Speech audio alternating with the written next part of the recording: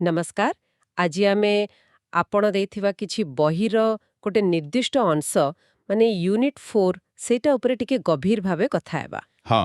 ଏଇ ୟୁନିଟ୍ଟା ମୁଖ୍ୟତଃ ଶିଶୁମାନଙ୍କର ଯୋଉ ମୌଳିକ ଆବଶ୍ୟକତା ଆଉ ସେମାନଙ୍କର ଅଧିକାର ହୁଁ। ତା ଉପରେ ହିଁ କହୁଛି। ହୋ।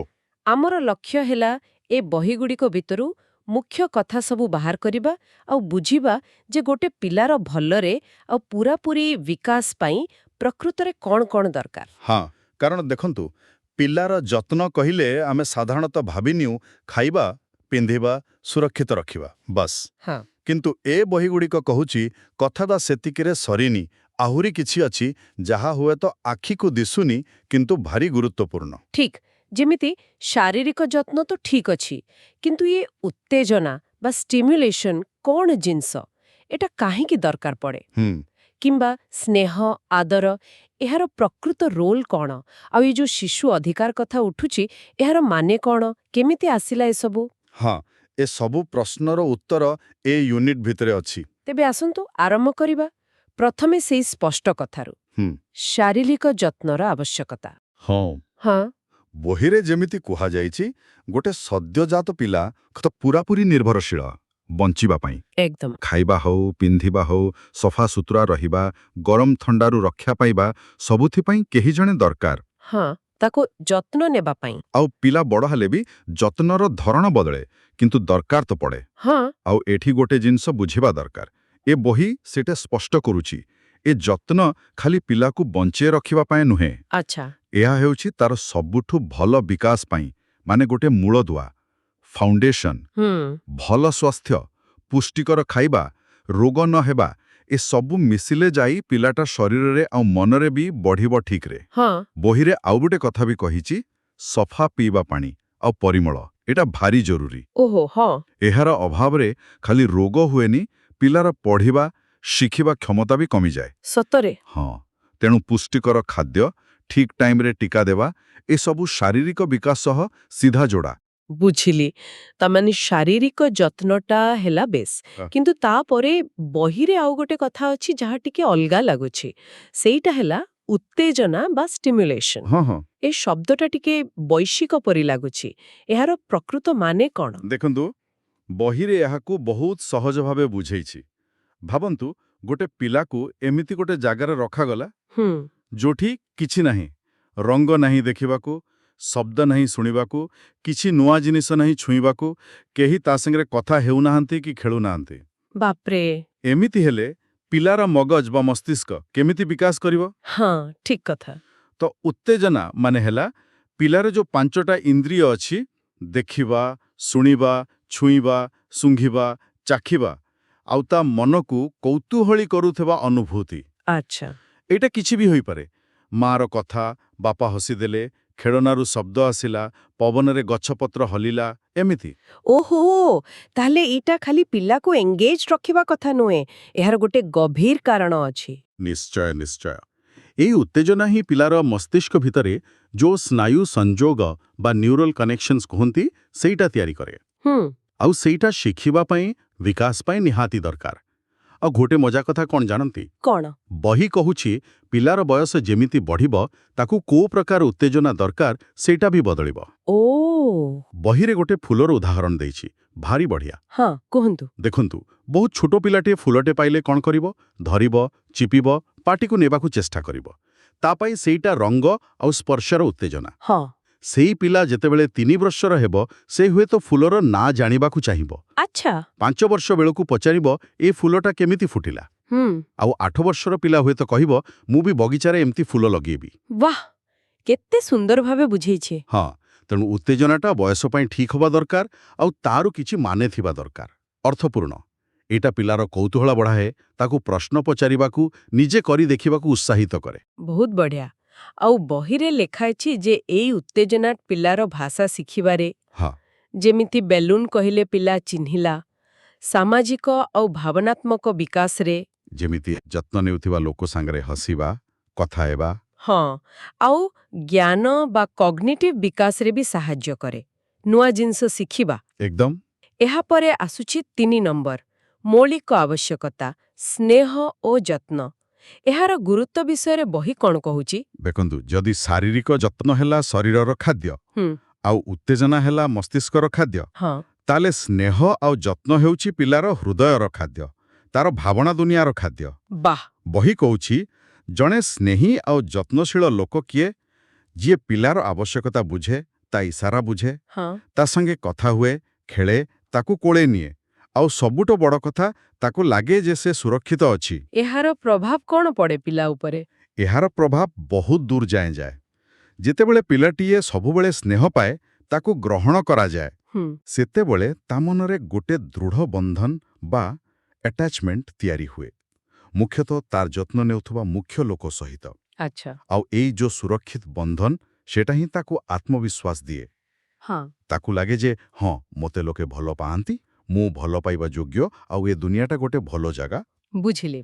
ଏଇ ଆତ୍ମବିଶ୍ୱାସଟା ହିଁ ତାକୁ ସାହସ ଦିଏ, ଡର ନ କରି ନୂଆ ଜିନିଷ ପାଖକୁ ଯିବାକୁ, ଚେଷ୍ଟା କରିବାକୁ, ଶିଖିବାକୁ। ହୁଁ, ଏହା ତାର ମିଳାମିଶା କରିବା କ୍ଷମତା, ଭବିଷ୍ୟତରେ ସମ୍ପର୍କ ଗଢ଼ିବା ସବୁକୁ ପ୍ରଭାବିତ କରେ। ବାପରେ, ତେଣୁ ବହି ଯୋଉ ମୂଳ କଥାଟା କହୁଛି, ସେଇଟା ହେଲା ସବୁଠୁ ଭଲ ବିକାଶ ପାଇଁ ଏଇ ତିନିଟା ଯାକ ଦରକାର। ମାନେ ପର୍ଯ୍ୟାପ୍ତ ଶାରୀରିକ ଯତ୍ନ, ବୟସକୁ ଦେଖି ଉତ୍ତେଜନା ଆଉ ନିରନ୍ତର ସ୍ନେହ ଓ ଯତ୍ନ। ଏଇ ତିନିଟାର ମିଶ୍ରଣ। ହଁ, ଏଇ ତିନିଟା ମିଶିଲେ ଯାଇ କଥା ବନିବ। ବୁଝିଗଲି। କିନ୍ତୁ ବାସ୍ତବରେ ତ ସବୁବେଳେ ଏମିତି ହୁଏନି। ଅନେକ ପିଲାଙ୍କ କ୍ଷେତ୍ରରେ ଏ ଆବଶ୍ୟକତା ସବୁ ପୂରଣ ହୋଇପାରେନି। ସେଇଟା ତ ଦୁଃଖର କଥା। ବହିର ପରବର୍ତ୍ତୀ ଅଂଶ ସେଇ ବିଷୟରେ କହୁଛି। ଯେତେବେଳେ ଏ ଆବଶ୍ୟକତା ପୂରଣ ନ ହୁଏ, ତାର ପରିଣାମ କ'ଣ ହୋଇପାରେ? ଦେଖନ୍ତୁ, ବହି କହୁଛି ପରିଣାମ ବେଶ ଗମ୍ଭୀର ହୋଇପାରେ ଯଦି ଶାରୀରିକ ଯତ୍ନ ଠିକରେ ନ ମିଳିଲା। ହଁ, ତେବେ ପିଲା ଅପପୁଷ୍ଟିର ଶିକାର ହେବ, ବାରମ୍ବାର ବେମାର ପଡ଼ିବ, ଏପରିକି ସବୁଦିନ ପାଇଁ ଶରୀରରେ କିଛି ଅକ୍ଷମତା ବି ଆସିପାରେ। ଓହୋ, ଯଦି ଉତ୍ତେଜନା ନ ମିଳିଲା, ତେବେ ମାନସିକ ବିକାଶ ଧିମା ହେଇଯିବ, କଥା କହିବା ଡେରିରେ ଶିଖିବ, କିଛି ସମସ୍ୟା ଆସିଲେ ସମାଧାନ କରିପାରିବନି। ହୁଁ, ଆଉ ଯଦି ସ୍ନେହ ଆଉ ଯତ୍ନ ନ ମିଳିଲା, ତେବେ ପିଲା ସବୁବେଳେ ଡରି ଡରି ରହିବ, ନିଜକୁ ନ୍ୟୁନ ମନେ କରିବ, ଲୋକଙ୍କ ସହ ମିଶିପାରିବନି, ବେଳେବେଳେ ଭାରି ରାଗିଆ କିମ୍ବା ଅନ୍ୟ ଉପରେ ପୁରା ନିର୍ଭରଶୀଳ ହୋଇଯିବ। ବାପରେ, ବହି ଏହି ସ୍ଥିତିକୁ କହୁଛି ବଞ୍ଚିତ ହେବା ବା ଡେପ୍ରିଭେସନ୍, ଆଉ ଏଇଟା ପ୍ରାୟତଃ ଗରିବୀ କିମ୍ବା ଅବହେଳା ସହ ଯୋଡ଼ା ବୋଲି ବି ସୂଚଉଛି। ଏହା ତ ବହୁତ ଚିନ୍ତାର କଥା। କିନ୍ତୁ ବହିରେ କିଛି ଆଶା ବିଷୟରେ ବି କୁହାଯାଇଛି ନା? ହଁ, ଗୋଟେ ଗୁରୁତ୍ୱପୂର୍ଣ୍ଣ କଥା ହେଲା, ଏଇ ଯୋଉ ତିନିଟା ଆବଶ୍ୟକତା, ଏଗୁଡ଼ାକ ପରସ୍ପର ସହ ଯୋଡ଼ା। କେମିତି? ବହି କହୁଛି, ଯଦି ଗୋଟେ ଜାଗାରେ କିଛି ଅଭାବ ରହିଲା, କିନ୍ତୁ ଆଉ ଗୋଟେ ଜାଗାରେ ଭଲରେ ମିଳିଗଲା, ତେବେ କିଛିଟା ଭରଣା ହୋଇପାରେ। ଆଚ୍ଛା, ଉଦାହରଣ ଦେଇ କୁହନ୍ତ। ଯେମିତି ଧରନ୍ତୁ, ଘରେ ହୁଏତ ସେତେ ସ୍ନେହ ମିଳୁନି, କିନ୍ତୁ ପିଲାଟା ସ୍କୁଲରେ ଜଣେ ଭଲ ସ୍ନେହୀ ଟିଚର ପାଇଗଲା, ହଁ, କିମ୍ବା କୋଉ ସମ୍ପର୍କୀୟ କି ପଡ଼ିଶା ଘର ଲୋକ ତାକୁ ଆଦର କଲେ, ତେବେ ତାର କିଛିଟା ଭଲ ପ୍ରଭାବ ପଡ଼ିପାରେ। ବୁଝିଲି। ଆଉ ଗୋଟେ କଥା ହେଲା, ବୟସ ବଢ଼େଇବା ସଙ୍ଗେ ସଙ୍ଗେ ପିଲାର ଆବଶ୍ୟକତା ବି ବଦଳେ, ଆହୁରି ଜଟିଳ ହୁଏ। ସେଇଟାକୁ ବି ବୁଝିବା ଜରୁରୀ। ଏହା ସହିତ ବହିରେ ଆଉ ଗୋଟେ ଖାସ୍ ବର୍ଗର ପିଲାଙ୍କ କଥା କୁହାଯାଇଛି, ଯେଉଁମାନଙ୍କର ବିଶେଷ ଆବଶ୍ୟକତା ଥାଏ। ହଁ, ମାନେ ଯୋଉ ପିଲାମାନଙ୍କର କୌଣସି ପ୍ରକାରର ଅକ୍ଷମତା ବା ଡିସେବିଲିଟି ଥାଏ, ଶାରୀରିକ ହେଉ, ବୌଦ୍ଧିକ ହେଉ କି ଭାବନାତ୍ମକ। ସେମାନଙ୍କ ପାଇଁ କ'ଣ ଅଲଗା? ଦେଖନ୍ତୁ, ସେମାନଙ୍କ ପାଇଁ ଆମେ ଯୋଉ ତିନିଟା ମୂଳ ଆବଶ୍ୟକତା କଥା କହିଲେ, ସେଇଟା ତ ଦରକାର। ତା ସହିତ ଆଉ କିଛି ଅଧିକା ବି ଦରକାର। ଯେମିତି?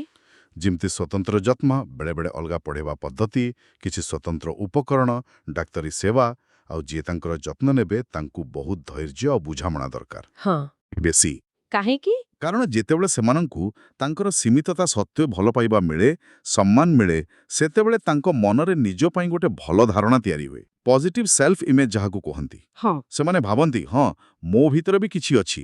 ସେମାନେ ନିଜ ସାମର୍ଥ୍ୟକୁ ଚିହ୍ନନ୍ତି ଆଉ ଚେଷ୍ଟା କରନ୍ତି। ଏହା ପ୍ରକୃତରେ ଏକ ବହୁତ ମହତ୍ୱପୂର୍ଣ୍ଣ କଥା। ସବୁ ପିଲାଙ୍କୁ, ସେମାନେ ଯେମିତି ବି ହୁଅନ୍ତୁ, ସମାନ ସ୍ନେହ ଆଉ ସୁଯୋଗ ମିଳିବା ଦରକାର। ନିଶ୍ଚୟ।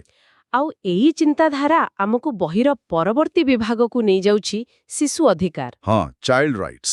କାରଣ ବାସ୍ତବ କଥା ହେଲା, ଯେମିତି ବହିରେ ବି କୁହାଯାଇଛି, ଆମ ଦେଶରେ ଆଉ ପୁରା ଦୁନିଆରେ ଏବେ ବି କେତେ ପିଲା ତାଙ୍କର ଏଇ ମୂଳ ଆବଶ୍ୟକତା ପାଉନାହାନ୍ତି। ସେଇଟା ସତ। ଆମେ ଦେଖୁଛେ ଶିଶୁ ମୃତ୍ୟୁହାର, ଅପପୁଷ୍ଟି, ପାଠ ପଢ଼ିବାର ସୁବିଧା ନାହିଁ, ଶିଶୁ ଶ୍ରମିକ, କେତେ ସମସ୍ୟା। ହଁ, ବହୁତ। ଏହାରି ପାଇଁ ବୋଧେ ଇଏ ଅଧିକାର କଥାଟା ଆସିଲା, ନୁହେଁ କି? ଏକଦମ ଠିକ୍ କହିଲେ। ଯେତେବେଳେ ଦେଖାଗଲା ଯେ ଖାଲି ଲୋକଙ୍କ ଦୟା ବା ନୀତି କଥା ଉପରେ ଛାଡ଼ିଦେଲେ ସବୁ ପିଲାଙ୍କ କଥା ବୁଝା ହେଉନି, ହୁଁ ସେତେବେଳେ ଏହାକୁ ଗୋଟେ ଅଧିକାର ଭାବେ ମାନ୍ୟତା ଦେବାର ଆବଶ୍ୟକତା ଅନୁଭବ କରାଗଲା। ତେଣୁ 1959 ମସିହାରେ ମିଳିତ ଜାତିସଂଘ ବା ୟୁଏନ୍ ଗୋଟେ ଶିଶୁ ଅଧିକାର ଘୋଷଣାନାମା ବାହାର କଲା। ଆଚ୍ଛା, declaration of the rights of the child. ହଁ, ଆଉ ବହିରେ ଅଛି ଯେ ଭାରତ ବି ଏହାକୁ ଗ୍ରହଣ କଲା। ସେତେବେଳେ ଏହା ପୂରାପୂରି ଆଇନଗତ ଭାବେ ବାଧ୍ୟତାମୂଳକ ନଥିଲା ହୁଏତ, କିନ୍ତୁ ଗୋଟେ ବଡ଼ ପଦକ୍ଷେପ ଥିଲା।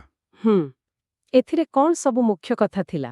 ଏଥିରେ 10ଟା ମୁଖ୍ୟ ନୀତି ଥିଲା, ଯାହା ପିଲାମାନଙ୍କ ପାଇଁ କିଛି ମୌଳିକ ଅଧିକାର କଥା କହୁଥିଲା।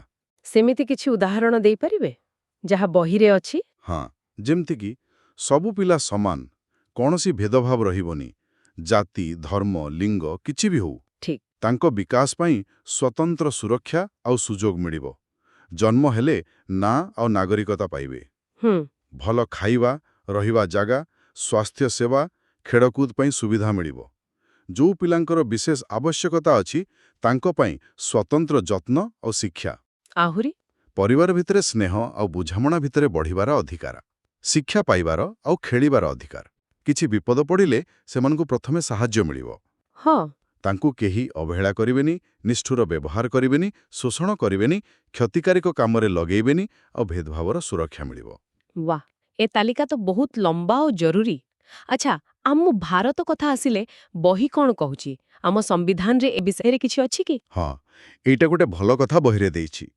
ଏ ଯୋଉ ୟୁଏନ୍ ଘୋଷଣାନାମା ଆସିଲା 1959ରେ, ତା ପୂର୍ବରୁ ବି ଆମ ସମ୍ବିଧାନରେ ପିଲାଙ୍କ ପାଇଁ କିଛି ନିର୍ଦ୍ଦେଶକ ନୀତି ଥିଲା। ଓ, ଆଗରୁ ଥିଲା। ହଁ, ଯେମିତି 14 ବର୍ଷରୁ କମ୍ ପିଲାଙ୍କୁ କୋଉ ବି ବିପଦଜନକ କାମରେ ଲଗାଯିବନି। ହୁଁ ପିଲାଙ୍କୁ ଯେମିତି ଆର୍ଥିକ କାରଣରୁ ତାଙ୍କ ବୟସ ପାଇଁ ଅନୁପଯୁକ୍ତ କାମ କରିବାକୁ ବାଧ୍ୟ ନ କରାଯାଏ।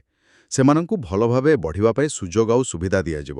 ଆଉ ଶିକ୍ଷା? ହଁ, ମାଗଣା ଆଉ ବାଧ୍ୟତାମୂଳକ ପ୍ରାଥମିକ ଶିକ୍ଷା ଦେବାର ଲକ୍ଷ୍ୟ ବି ରଖାଯାଇଥିଲା। ଏସବୁ ତ ନୀତି ହିସାବରେ ବହୁତ ଭଲ, କିନ୍ତୁ ପ୍ରକୃତରେ କେତେ କ'ଣ ହେଇଛି ସେଇଟା ତ ଆମେ ସମସ୍ତେ ଜାଣୁ। ହଁ, ସେ ପାର୍ଥକ୍ୟଟା ତ ରହିଛି, ବହି ବି ସେ କଥା ଇଙ୍ଗିତ କରୁଛି।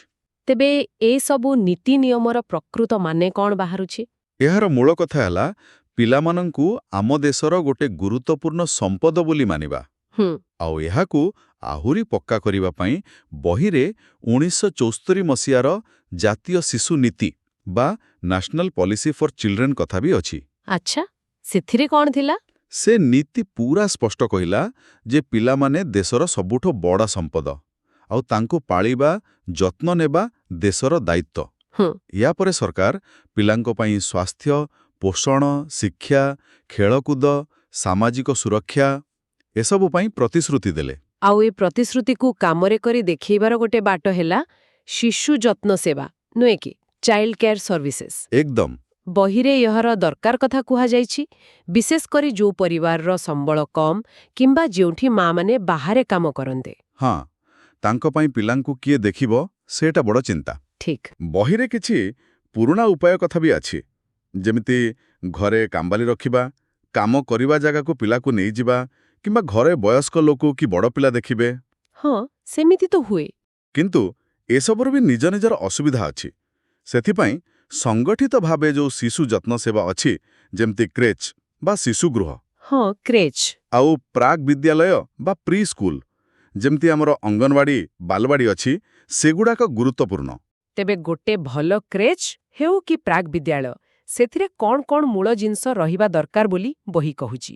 ବହି ଅନୁସାରେ ମୁଖ୍ୟତଃ 3ଟା କଥା ଉପରେ ଧ୍ୟାନ ଦେବା ଦରକାର।